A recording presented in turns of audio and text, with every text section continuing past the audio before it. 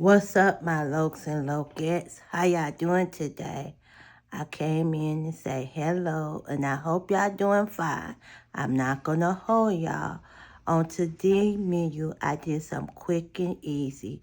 Today, I made a ramen boil. Yes, a ramen boil.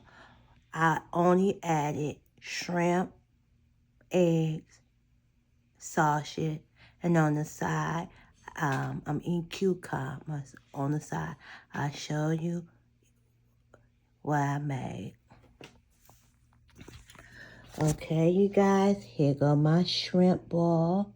It's my ramen balls, excuse me. I'm sleepy and it's rainy. So, this is my ramen bowl with sausage. See the sausage? You see the eggs. And here go the cucumber.